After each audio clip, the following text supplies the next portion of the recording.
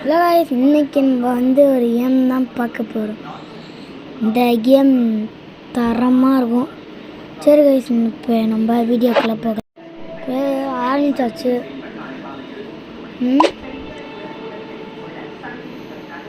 என்னது இதெல்லாம் கண்டுபிடிக்கணுமா? கத்தி காய்ஸ், கத்தி இங்கே இருக்கு. மருந்தா இங்கே இது ஆசிடா காய்ஸ். அடுத்தது என்னது?